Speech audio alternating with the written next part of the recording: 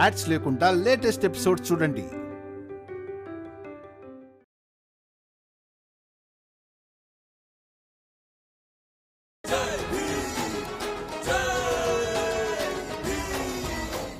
ధన్యవాదాలు.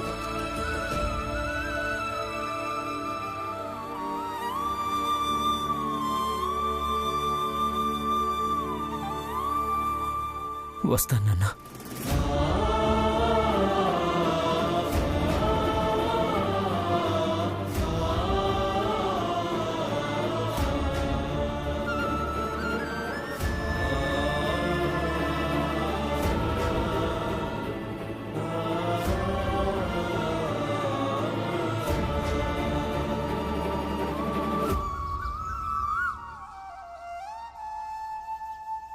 ఆర్తి నీకు చెప్పింది కదా, నీకు అక్కడ ఉద్యోగం తేలిగ్గా దొరుకుతుంది.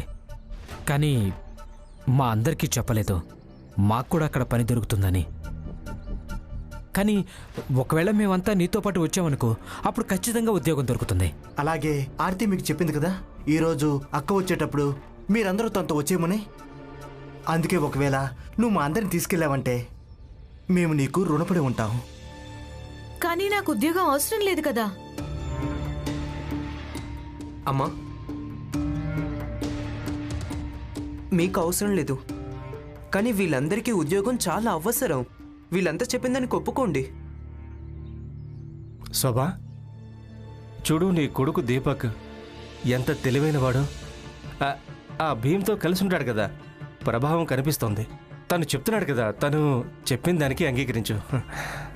అమ్మా, ఆయన భీమన్న ఎప్పుడు చెప్తూ ఉంటాడు కష్టపడి డబ్బు సంపాదించడంలో ఎలాంటి తప్పు లేదని. ఇక వీళ్ళది చదువుకునే వయసైతే కాదు కదా భీమన్న ఇలా చెప్పడానికి, చదువుకోండి పని వద్దని. అవును, ఇప్పుడు చదువుకుని ఎక్కడికి వెళ్తాం? నువ్వు మేము చెప్పిన దాన్ని ఒప్పుకో. నేను డేవిడ్ సార్తో మాట్లాడాను. ఇక మీరేం చెప్పినా కూడా నేను వినను. ఆయన ఉద్యోగానికి రమ్మని చెప్పగానే నేను మిమ్మల్ని ఇక్కడి నుంచి బలవంతంగా తీసుకెళ్తాను.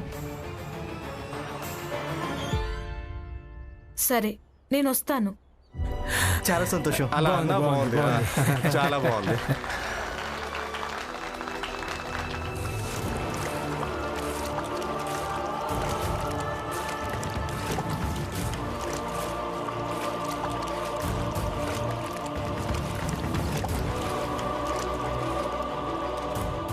నోరు మూసుకొని వచ్చి కారెక్కు. ఏం చూస్తున్నావు? లోపల కూర్చో.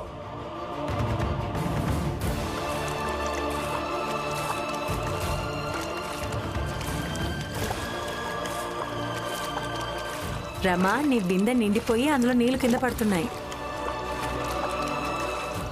రమా, రమా, ఏం ఆలోచిస్తున్నావు? లేదు లేదు, ఏం లేదు.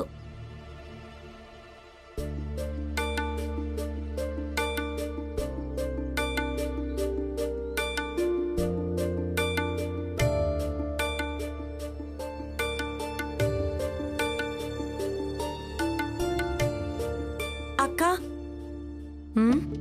మీరు విషయం చెప్పండి.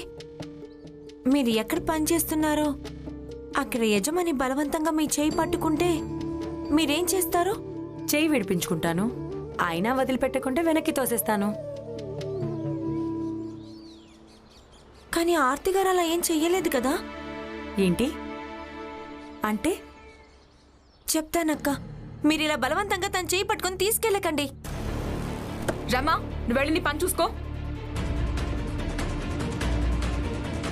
ముందుగా ఏం మాట్లాడాలో అర్థం చేసుకో. డేవిడ్ సార్ పూణేకి వెళ్ళాలి, అందుకే ఆయనను హడావిడిగా కార్లో కూర్చోబెట్టారు. ఇక్కడికి వచ్చి ఏదేదో మాట్లాడుతున్నావు నువ్వు.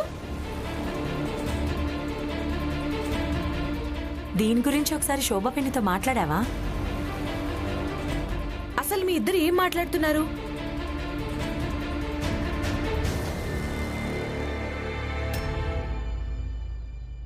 మీరిద్దరూ ఏదేదో మాట్లాడకండి. వాళ్ళు ఉన్నవాళ్ళు. ఇక ఆంగ్లేయ అధికారుల పద్ధతి ప్రవర్తన చాలా భిన్నంగా ఉంటుంది. అది నేనేమన్నానంటే మేం కేవలం కంగారు పడ్డామంతే. మీరేం బెంగపడకండి. తను చేయి పట్టుకోవడం చూస్తే నీకెలా వింతగా అనిపిస్తోందో నేను కూడా ఒకసారి చూశాను. నాకు కూడా వింతగానే అనిపించింది. కానీ తర్వాత ఆర్తియే చెప్పింది ఆ ఆంగ్లేయుల ప్రవర్తన చాలా భిన్నంగా ఉంటుందని. వాళ్ళ దృష్టిలో చేయి కలపడం, చేయి పట్టుకోవడం ఇవన్నీ అంత పెద్ద విషయాలేం కాదు. అందుకే ఇంకెప్పుడు ఇలాంటి మాటలు మాట్లాడకండి. ఇక ఇది బస్తీ. ఒకవేళ ఇక్కడ నువ్వు ఒక్క మాట అన్నావనుకో 1000 పుకార్లు సృష్టిస్తారు. నిజానికి వాస్తవం ఇంతే. ఆర్తి అక్కడ పని చేస్తోంది. దాని యజమాని చాలా మంచివాడు, చాలా ప్రేమపూర్వకంగా ప్రవర్తిస్తుంటాడు.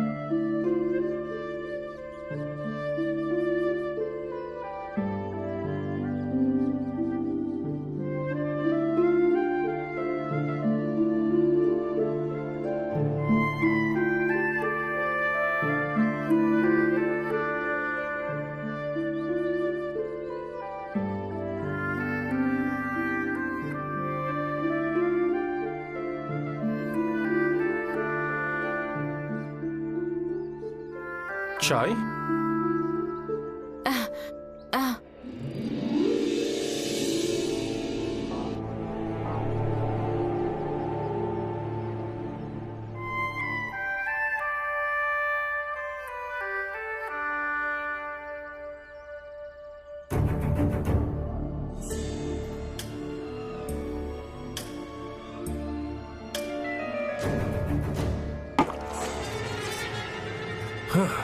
ఇంత తీయటి ఛాయా? ఛాయ్ కలిపేటప్పుడు నిద్రపోతున్నావా?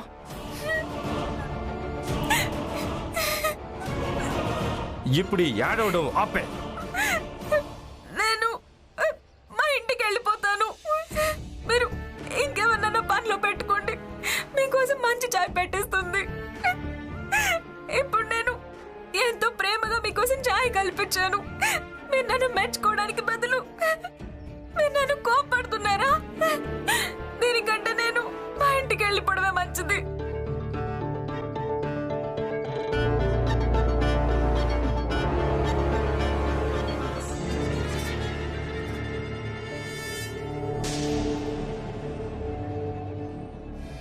నేను ఈ మాత్రం కూడా కోపడకూడదా? అయినా నేను కోపడితే నువ్వు ఏడుస్తున్నావా? నీకంటే అందంగా ఇండియాలో నాకెవరూ కనిపించలేదు. అవును, అలాగే ఇది కూడా నిజమే కదా. నువ్వు నా గురించి చాలా కేర్ తీసుకుంటావు. నువ్వు నన్ను ఎంతో బాగా చూసుకుంటావు. మీరు కూడా నన్ను అంత బాగా చూసుకుంటారు కదా. అవును, అది ప్రేమే కదా. నేను నిన్ను ప్రేమిస్తున్నాను. సరేనా? నేను నిన్ను ఎంతగా కోపడ్డానో నువ్వు కూడా నన్ను అంతే కోపడు. కానీ ఇలా వెళ్ళిపోతానని మాత్రం అనొద్దు. లేదు, నాకు మీ మీద కోపం చూపించాలని లేదు. మారైతే ఆ చాయ్ తాగుదామా?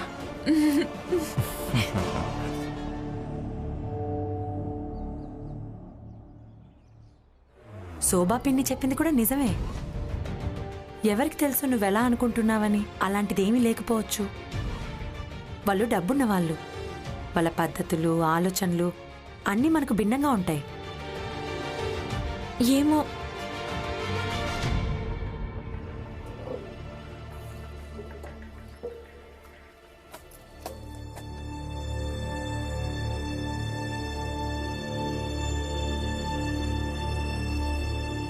భీమ్, నేను నీతో కొంచెం మాట్లాడాలి. చెప్పండి. నాకు ఒక విషయం చెప్పు. జీవితం ఇంకా ఈ దుప్పటికి ఏదైనా తేడా ఉందా లేదా? ఉంది, ఖచ్చితంగా ఉంది. ఏం తేడా ఉంది చెప్పు.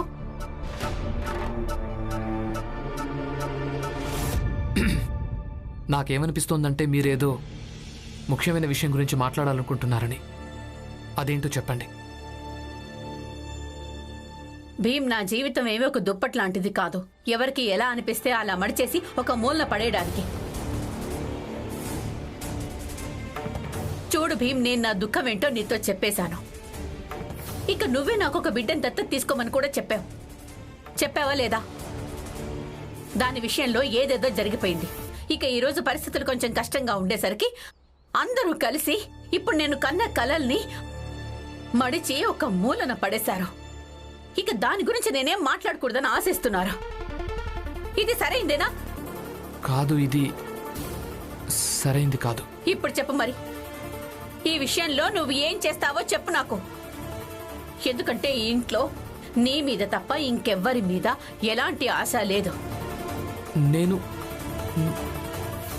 నేనేం చేస్తాను? ఏంటి? వీలు చూసుకొని మళ్ళీ ఒకసారి నాన్నతో మాట్లాడతాను.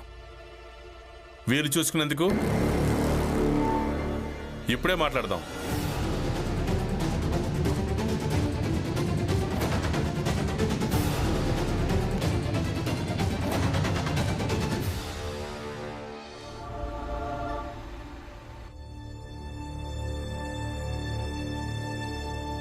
ఇంతకు ముందు కూడా ఈ విషయం గురించి నేను ఎప్పుడో మాట్లాడాను. కానీ నాకేమనిపిస్తుందంటే అది మీకెవ్వరికీ అర్థం కాలేదని.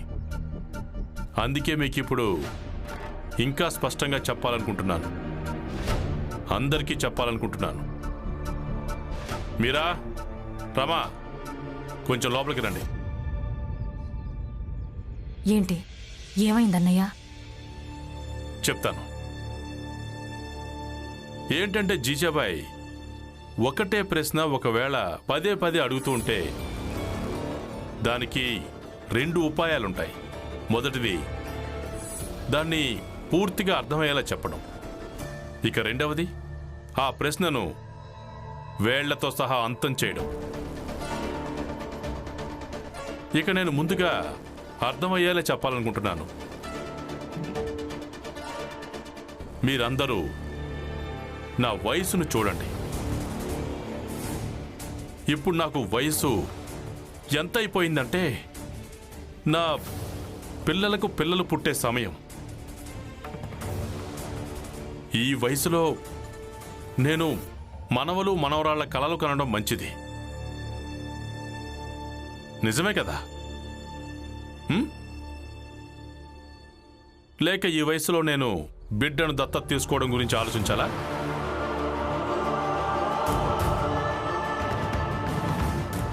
ఏమాత్రం సమంజసంగా లేదు. ఉందా? బస్తీలో వాళ్ళు ఏమనుకుంటారు, సమాజం ఏమనుకుంటుంది? మనవాళ్లను పెంచే వయసులో తన బిడ్డతో ఆడుతున్నాడని.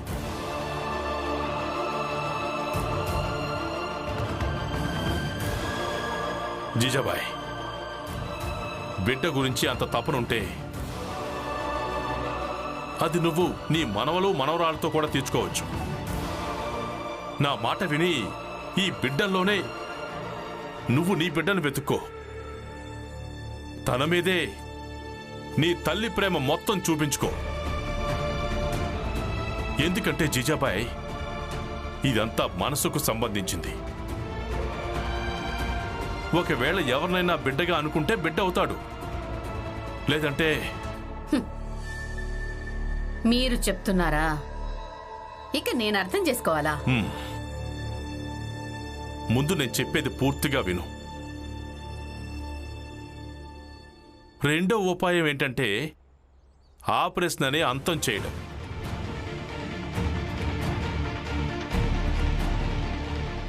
నేను ఒక రిటైర్డ్ మిలిటరీ ఆఫీసర్ని.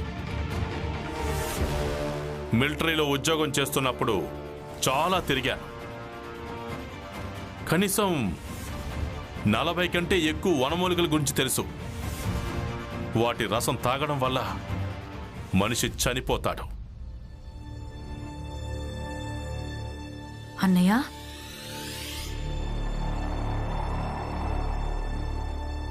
ఒకవేళ నేనే లేకపోతే అసలు ప్రశ్నే ఉండదు.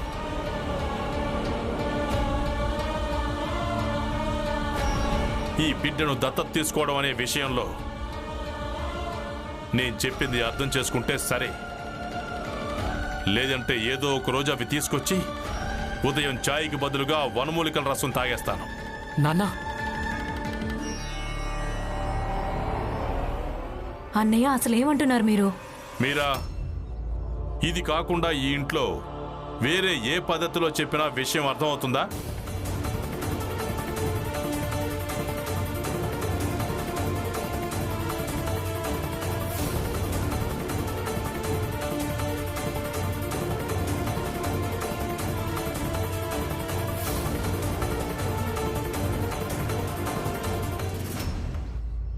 జీజాబాయ్, మాటి మాటికి అసలు నీకేమవుతుంటుంది?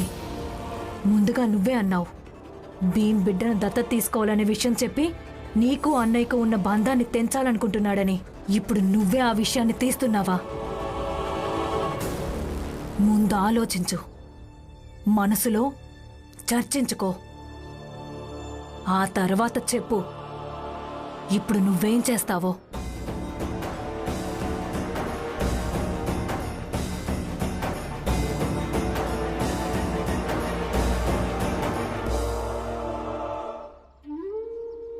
మనం బిడ్డను దత్తత తీసుకునే విషయం గురించి మాట్లాడితే మంచిదనిపిస్తోంది. ప్రత్యేకించి వాళ్ళిద్దరు తప్ప ఇంకెవరు మాట్లాడకూడదు. మనం ప్రయత్నం చేశాంగా, అదే ఎక్కువ. ఇక ఏ నిర్ణయం తీసుకున్నా వాళ్లే తీసుకుంటారు. నువ్వు అన్నది నిజమే. వాళ్ళేం నిర్ణయించుకున్నా వాళ్ళనే నిర్ణయించుకొని ఇవ్వటం మంచిది.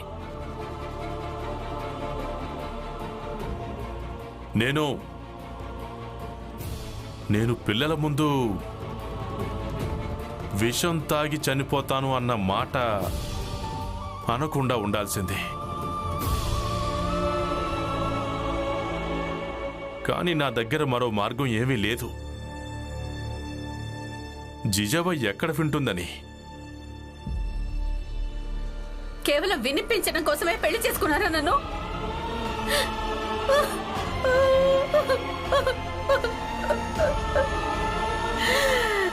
చూడు జిజాబాయ్, ఇలా ఏడవడం వల్ల ఏం ప్రయోజనం లేదు. నేను బాగా ఏడుస్తాను. మీరు నా భర్త, ఇక నా ఎదురుగా అలా విషం తాగడం గురించి మాట్లాడితే నేను ఏడుస్తాను. అవును, నేను చెడ్డదాన్నే, కానీ మీ భార్యను కూడా నేను. ఈ రోజు వరకు మీరు నా ఒక్క కోరిక కూడా ప్రాముఖ్యత ఇవ్వనేలేదు. అయినప్పటికీ మిమ్మల్ని కోల్పోతానన్న భయంతో నేను ఏడుస్తున్నాను. నాకు తెలీదు మీరు నన్ను భార్యగా ఎంతగా అనుకుంటున్నారో ఏమో, కానీ నేను మిమ్మల్ని భర్తగా పూర్తిగా అంగీకరించాను. ఇక అందుకనే మీరెప్పుడెప్పుడు అలాంటి మాటలు మాట్లాడినా అప్పుడప్పుడు నేను ఏడుస్తాను, బాగా ఏడుస్తాను.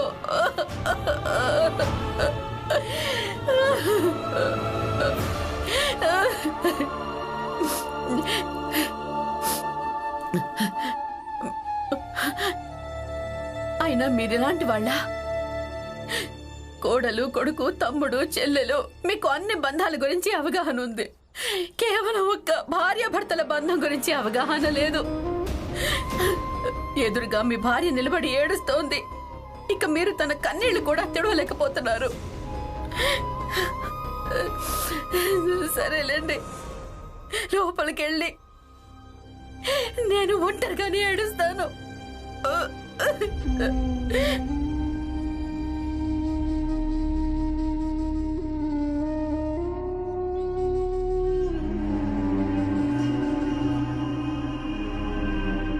చూడు జీజాబాయ్, నేను కూడా నేను నా భార్యగా అనుకుంటాను, మనస్ఫూర్తిగా అంగీకరిస్తాను. ఒక భర్త తన భార్యను ఎంత శ్రద్ధగా చూసుకోవడం మంచిదో అంత శ్రద్ధగా చూసుకోవడానికి ప్రయత్నం కూడా చేస్తాను. ఇక ఇది నీకు కూడా తెలుసు.